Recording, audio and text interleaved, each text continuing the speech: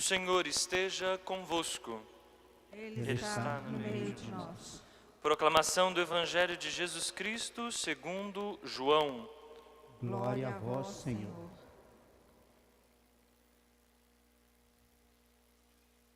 Naquele tempo, disse Jesus aos seus discípulos: Agora parto para aquele que me enviou. E nenhum de vós me pergunta: para onde vais? Mas porque vos disse isto, a tristeza encheu os vossos corações. No entanto, eu vos digo a verdade: é bom para vós que eu parta. Se eu não for, não virá até vós o defensor. Mas se eu me for, eu vos-lo mandarei. E quando vier, ele demonstrará ao mundo em que consistem o pecado, a justiça e o julgamento. O pecado porque não acreditaram em mim. A justiça porque vou para o Pai, de modo que não mais me vereis. E o julgamento porque o chefe deste mundo já está condenado. Palavra da salvação. Glória a vós, Senhor. Caríssimos irmãos e irmãs, aqui presentes e também vocês que nos acompanham de casa, a liturgia já está nos preparando para aquilo que nós vamos vivenciar nos próximos domingos. No domingo da Ascensão de Jesus aos céus, quando nós celebraremos a ida de Jesus para junto do Pai, ao lado do qual ele se sentará, e depois Pentecostes, que celebra o envio do Espírito Santo sobre nós. Jesus, no contexto deste evangelho, está sentado com seus discípulos na ceia. E ele disse aos seus discípulos que ele vai para o Pai. Mas os discípulos se encheram de tristeza. Eles escutaram isso com um sentimento de orfandade, como se eles fossem ficar abandonados. Mas Jesus quer alertar estes discípulos de que eles não ficarão órfãos, pois ele enviará sobre eles o Espírito da verdade. Nós escutamos isso no último domingo, Jesus Cristo dizendo aos seus discípulos que o Espírito da verdade continuaria agindo entre os seus. E assim, agindo entre os seus, ele continuaria fazendo presente a vida de Jesus Cristo. Os discípulos agora são chamados a manifestar Jesus para o mundo, a continuar a missão de Jesus e a fazer coisas até maiores do que as que Jesus fez. Quem possibilita isso é o Espírito. E por isso Jesus diz agora nesse evangelho: é bom que eu parta. Se eu não for, não virá até vós o defensor. De novo este nome para o Espírito, que pode ser chamado com muitos nomes: o defensor, o consolador, o paráclito. Tudo isso diz respeito à função do Espírito. O Espírito é nosso advogado. O Espírito atualiza em nós a presença viva do Cristo e faz com que esta presença se manifeste. O Espírito é, portanto, um defensor. Ele já agiu em Jesus Cristo durante toda a sua vida. Em Jesus Cristo, nós vemos a ação do Espírito Santo de Deus. É o próprio Espírito Santo que une Jesus e o Pai. Nós poderíamos dizer, como os padres da igreja, se existe o amante, que é o Pai, e se existe o amado, que é o Filho, deve existir o laço de amor entre os dois. E este laço de amor é o Espírito Santo.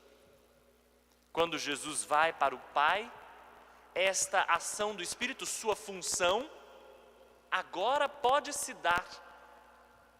E a sua função é estender a missão de Jesus Cristo aos confins do mundo.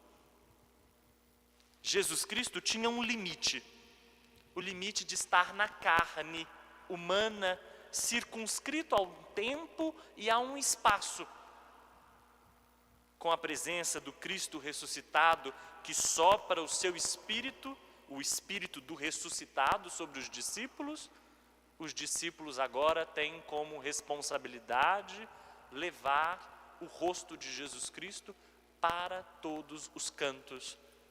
O que quer o Espírito Santo, portanto, é também isso, fazer aparecer no nosso rosto o rosto do Cristo. No Evangelho de João, existe uma oposição entre aqueles que são fiéis a Jesus Cristo, aqueles que aderem a Jesus e são seus discípulos, e aqueles que preferem as trevas. A estes, João chama de mundo. Não nos enganemos, o mundo não é mau.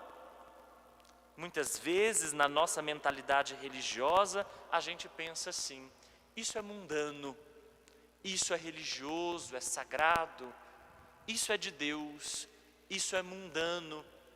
Em João, essa separação não existe. Mundo se refere àqueles que não querem Jesus Cristo, que não o aceitam. E não aceitar Jesus Cristo não tem nada que ver com confessar o seu nome. Não aceitar Jesus Cristo é não configurar a sua vida ao amor que Cristo nos deixou. É não configurar a vida ao amor que Ele nos ensinou, que é o amor de dar a vida, de entregar-se. Este é o mundo. Na verdade, o mundo em que nós vivemos é criação de Deus, é amado por Deus. Nós somos, sim, parte deste mundo. Agora, existe um mundo dentro do mundo. O mundo daqueles que negam o amor.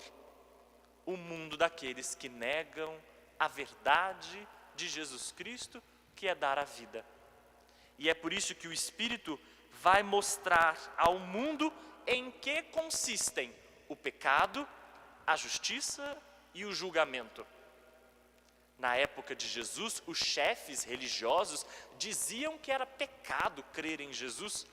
Ele desautorizava o sábado, ele desautorizava as ordens sagradas, ele quis substituir todas as instituições e apontou-se como único caminho para chegar ao Pai. O Espírito Santo, no entanto, revelará que pecado não é crer em Jesus, pecado é negar Jesus. O Espírito Santo também mostrará aos discípulos o que é a verdadeira justiça. Justiça é manter-se fiel ao Pai. E Jesus Cristo manteve-se fiel dando a sua vida. Ele manteve-se fiel indo para o Pai como quem entrega a vida por amor. Os chefes do mundo acreditavam que arrancavam a sua vida, mas na realidade é Ele quem dava a sua vida. Os discípulos entenderão, não com facilidade, mas entenderão pela ação do Espírito Santo que justiça é essa fidelidade a Deus. Então vamos atentar para isso. Justiça não é só justiça social. Muitas vezes a gente restringe o sentido de justiça à justiça social. Isso não é ruim e não é pouco. Porém, justiça significa uma fidelidade total a Deus na entrega da vida e inclusive na promoção da justiça social. Depois, o Espírito Santo é aquele que mostra ao mundo o julgamento. Lembrando que o chefe deste mundo já está condenado. Qual é o chefe do mundo? O chefe do mundo é o poder e a morte. O chefe do mundo é o poder que destrói, subjuga e que muitas vezes está com características religiosas. O chefe do mundo é a morte e suas estruturas. Todas aquelas estruturas mortíferas que massacram a vida humana em abundância, que massacram o sentido da vida. O Espírito Santo mostra aos discípulos e aos discípulos de Jesus, que na realidade o chefe do mundo está condenado, porque é a vida de Jesus Cristo que tem sentido e que vence. É a vida de Jesus Cristo que vence a morte, que a subjuga. No duelo entre forte e mais forte, Cristo vence a morte. E por isso mesmo, todos aqueles que seguem Jesus, movidos pelo Espírito, devem permanecer insistindo com a vida e a vida em abundância e lutando contra todos os poderes de morte. E devem também lutar contra o poder que mata e destrói. O Espírito Santo quer, portanto, trabalhar em nós a vida do Cristo. O que é ser discípulo, afinal, se não deixar que o Espírito faça esse trabalho e diante do futuro e de sua imprevisibilidade e diante de suas surpresas, ser capaz de, atentos ao Espírito de Jesus, dar respostas.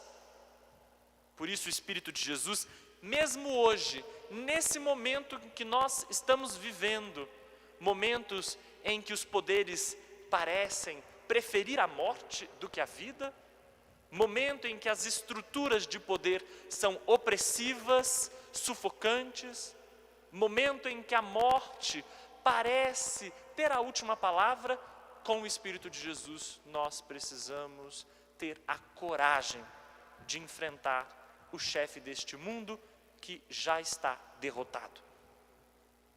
Portanto, meus irmãos e minhas irmãs, a primeira leitura faz todo sentido. Que leitura cheia de simbolismos. Paulo, Silas, configurados em sua vida a Jesus Cristo, são perseguidos por conta desse anúncio. São açoitados e são presos. Na prisão são confiados a um carcereiro que os leva para o fundo da prisão, que ata os seus pés nos grilhões. Esse sentimento de prisão é um sentimento que muitos de nós experimentamos. Muitos de nós podemos experimentar algum tipo de cadeia.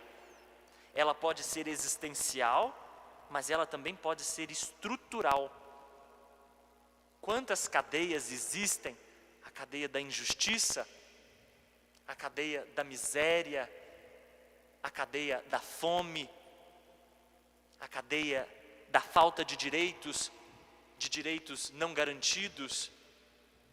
Quantos têm os pés atados a grilhões de morte, ao grilhão da violência aberta, destampada, da violência banal, cometida às vezes pela polícia.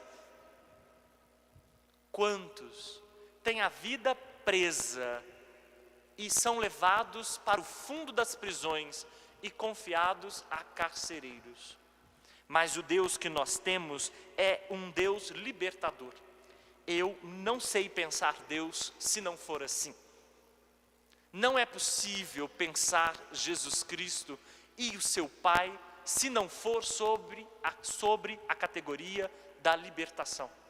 E essa primeira leitura evoca essa categoria de um modo distinto, porque é pela oração de Paulo e de Silas, oração é pela vida destes dois que as cadeias se rompem. Isso não significa que a nossa fé deve se resumir a apenas rezar. A oração deve alimentar a nossa vida e deve alimentar a nossa prática, senão não é oração cristã. E a nossa prática deve estar orientada para a ruptura com todos os poderes de morte. É nesse momento que Silas e também Paulo se levantam livres. livres da prisão.